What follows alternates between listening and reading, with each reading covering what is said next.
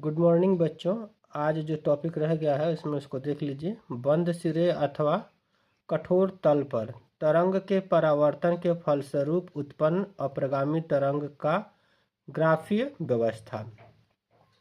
इसके लिए हमने क्या किया, माना किसी क्षण टी पर आपतित तरंग की समीकरण y = a sin omega T minus के एक्स है तथा बंद सिरे से परावर्तित तरंग का समीकरण y = a sin ब्रैकेट में ओमेगा टी प्लस के एक्स होगा।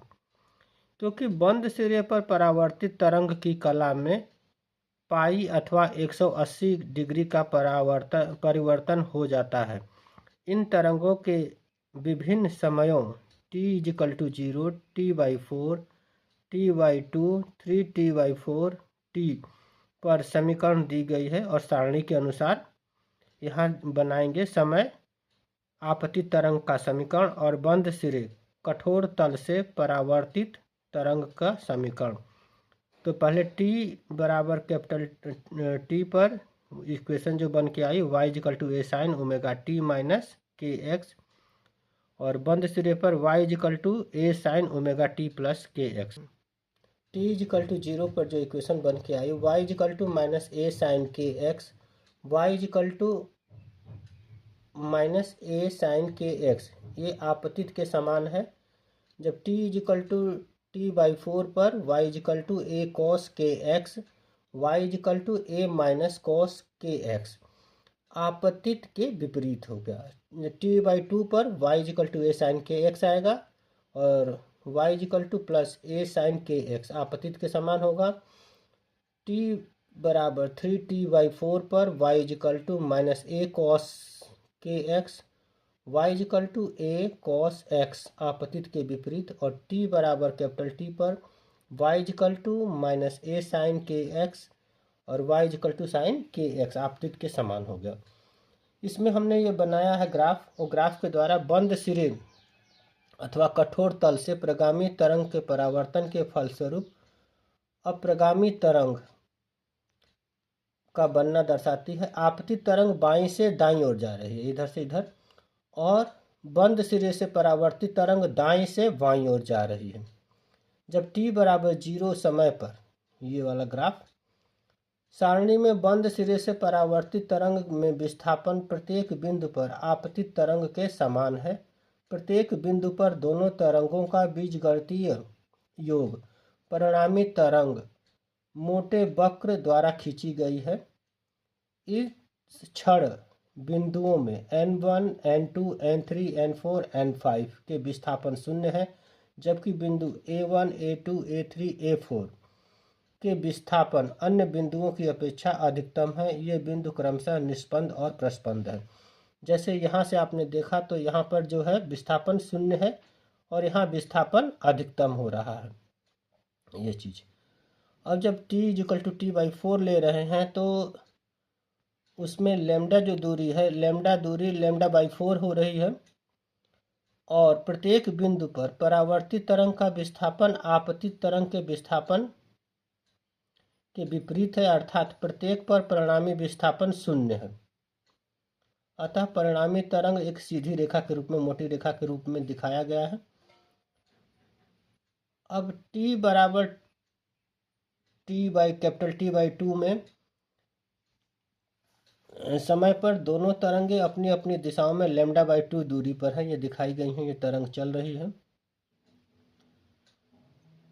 परावर्तित तरंग आपतित तरंग के समान ही चल रही है। एक परावर्तित है, ये आपतित तरंग है, दोनों एक दूसरे के समान है, एक समान दिशा में है।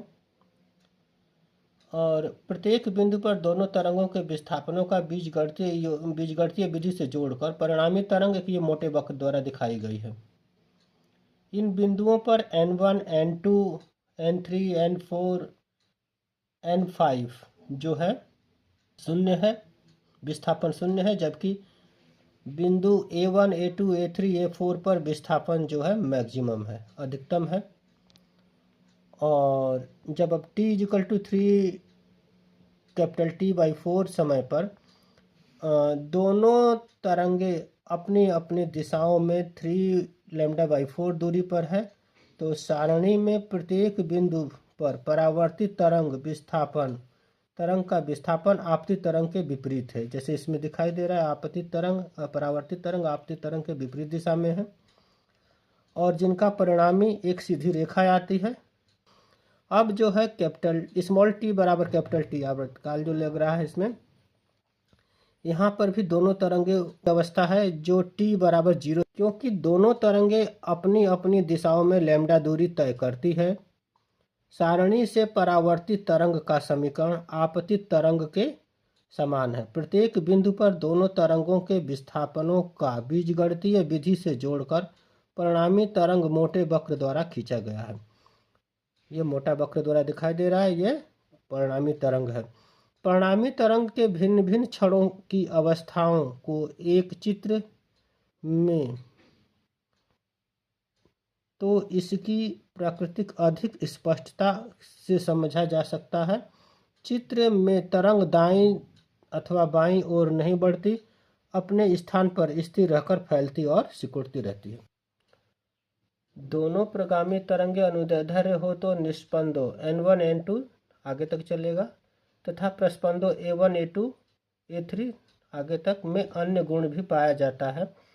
अनुदैर्ध्य तरंगों में माध्यम के बिंदु तरंग की दिशा में ही विस्थापित होते हैं। किसी क्षण किसी भी निस्पंद के दोनों ओर के माध्यम के बिंदु पर विपरीत दिशाओं में चलते हैं। जब वे निस्पंद से दूर जाते हैं तो निस्पंद पर दाब कम हो जाता है तथा जब वे निस्पंद की ओर आते हैं तो निस्पंद पर दाब बढ़ जाता है। जैसे इसमें ये है, यहाँ से चला, यहाँ निस्पंद पर आएगा तो यहाँ पर दाब बढ़ जाएगा, यहाँ से कम होगा, यहाँ पर बढ़ेगा। और ये इसमें पूरा समय का जो ग्राफ था उधर दोनों को मिला करके ये बनाया गया है। इसी कारण निस्पंद पर दाब अधिकतम परिवर्तन होता रहता है, परंतु किसी भी प्रस्पंद के दोनों ओर, प्रस्पंद जो ये है, दोनों ओर बिंदु किसी क्षण एक ही दिशा में चलते हैं। प्रस्पंद पर दाब का कोई परिवर्तन नहीं होता। अब हम अप्रगामी तरंग का समीकरण के लिए इक्वेशन बनाएंगे। तो उसके लिए हमने माना कि आयाम A समतल प्रगामी तरंग x अक्ष की धन दिशा में चल रही है। तरंग का समीकरण y1 = a sin omega t minus kx। Omega प्रगामी तरंग की कोणीय आवृत्ति तथा k संचरण नियतांक है। तरंग किसी मुक्त सिरे से टकराती है। परावर्तित तरंग x अक्ष की ऋण दिशा में अग्रसर होती है तथा परावर्तित तरंग का समीकरण y = a sin omega t plus kx है, जो पीछे बता चुके हैं। यदि तरंग किसी दृढ़ सिरे से परावर्तित होती है तो परावर्तित तरंग का समीकरण y = -a sin omega t plus kx होगा। अब दोनों परावर्तित तरंगों में से किसी एक को लेकर अप्रगामी तरंग का समीकरण हम प्राप्त कर सकते हैं। आपतित तरंग के कारण किसी बिंदु x पर किसी क्षण t पर विस्थापन y1 तथा परावर्तित तरंग के कारण विस्थापन y2 है। तो अध्यारोपण के सिद्धांत से परिणामी विस्थापन y = होता है y1 प्लस y2। यहाँ पर इसकी वैल्यू रख दी गई a ब्रैकेट में sine bracket omega t minus kx plus sine omega t plus k, sine bracket में a माइनस b प्लस कर सकते हैं। आपतित तरंग के कारण किसी बिंदु x पर किसी क्षण t पर विस्थापन y1 तथा परावर्तित तरंग के कारण विस्थापन y2 है। तो अध्यारोपण के सिद्धांत से परिणामी विस्थापन y = होता है y1 प्लस y2। यहाँ पर इसकी वैल्यू रख दी गई a ब्रैकेट में sine bracket omega t minus kx plus sine omega t plus k, sine bracket में a minus b plus sine bracket में a प्लस b बराबर आता है 2 साइन a कॉस b। तो यहाँ से हमको एक इक्वेशन मिल गई y = a साइन ब्रैकेट में 2 a ब्रैकेट में है 2 sign omega t cos x। और जब इनको हल करेंगे तो y = 2a कॉस और k की जगह होता है 2 पाई अपॉन लैम्डा, x हो गया साइन, और ये यहाँ पर आपका ओमेगा की जगह आ गया 2 pi upon capital T into small t। तो ये जो समीकरण आया है आपका अप्रगामी तरंग के लिए। अब यहाँ पर हमने x इजिकल टू क्या ले लिया, 0, λ/2, 2 λ/2, 3 λ/2 रखने पर cos 2π/x अपॉन लैम्डा का मान जो है आपका प्लस से -1 के बीच में रहता है।